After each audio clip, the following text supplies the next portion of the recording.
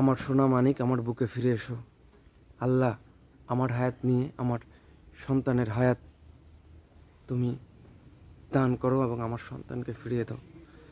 একজন বাবার আর্তনাদ, এবং যে আর্তনাদ সোশ্যাল মিডিয়ায় রীতিমতো টপ ট্রেন্ডিংয়ে, এবং তৌকিরের বাবার ভিডিওটা যতবার সামনে এসেছে ততবারই আমি কিন্তু চোখ সরাতে পারিনি, চোখ ফেরাতে পারিনি। এবং এটা চোখ সরানো বা এটা চোখ ফেরানোর কোনো ভিডিও না। একটা বাবার একজন সন্তান হারানোর যে বেদনা, পৃথিবীতে কোনো বাবা চায় না যে তার আগে তার সন্তান এইভাবে দুনিয়া ছেড়ে যাক, এবং একমাত্র সন্তান ছেলে।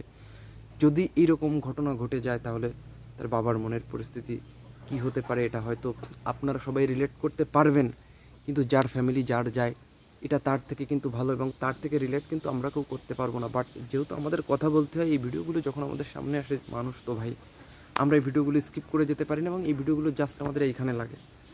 আমরা পারি না এই ভিডিওগুলো থেকে নিজের মনকে সরিয়ে রাখতে, নিজের ব্রেনকে সরিয়ে রাখতে আমরা পারি না, আমরা কানেক্ট হয়ে যাই।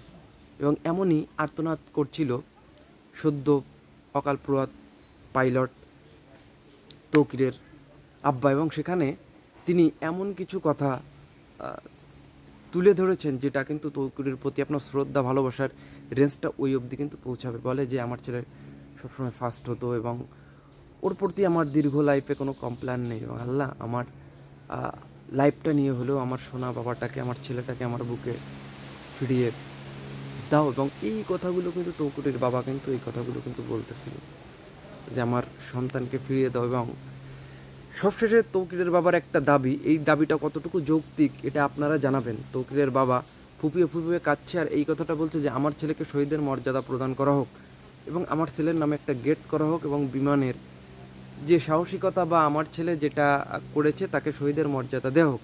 তো এইখানে কিন্তু অনেকের প্রশ্ন যে তার কারিগরি বিচ্যুতির কারণে কিন্তু আজকে যে ঘটনাটা ঘটলো, এখানে মানুষ দুই রকমের কথা বলছে যে তার কারিগরি বিচ্যুতির কারণে আজকে যে ঘটনা ঘটলো, ও শহীদের মর্যাদা তো দূরে থাক, ওকে নিয়ে তো কথা বলাই তো গুনাহ, ওকে নিয়ে আমরা কথাই বলতে চাচ্ছি না, এরকম থাকছে এক ধরনের কথাবার্তা। এবং আরেক ধরনের কথাবার্তা তৌকিরের ফ্যামিলি ওরিয়েন্টেড লোক থেকে শুরু করে অনেক বিমানের লোকও এই কথাটা বলছে যে সে প্যারাশুট নিয়ে নিজের জীবন নিজে বাঁচাতে পারতো, সে নিজে নেমে যেতে পারতো, কিন্তু সে সঠিক জায়গায় বিমানটা যাতে পড়ে, সঠিক জায়গায় সেই ওয়েটটা করতেছিল যাতে এটা সঠিকভাবে এটা হয়। এখন এটা নিয়ে দুই রকমের মত আছে, কেউ তার পক্ষে কথা বলছে, কেউ তার বিপক্ষে কথা বলছে। যেহেতু আমরা সাধারণ মানুষ, আমরা ভিতরের ব্যাপারটা অতটা বুঝবো না, এবং অতটা অ্যানালাইসিস করে বা অতটা পড়ার সময় বা বুঝলেও হয়তো আমরা 90% আমরা বুঝলেও আমরা 10% বুঝবো না সেখানে কি কারিগরি বিচ্যুতি, বা এখানে অনেকে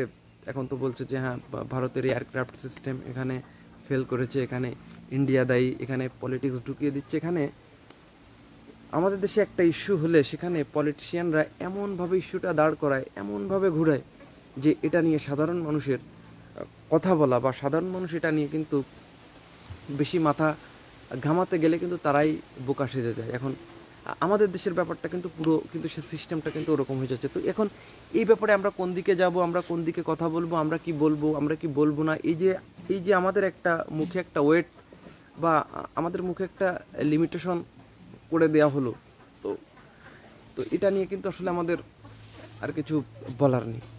তো যাই হোক, তার বাবা তাকে শহীদের মর্যাদা চাচ্ছে, এটা নিয়ে আপনাদের মূল্যবান মতামতটি ডেফিনেটলি জানাবেন। দেখা হচ্ছে নেক্সট কোনো ভিডিওতে। সব সবাই ফিল্ম স্পেয়ার সঙ্গেই থাকবেন।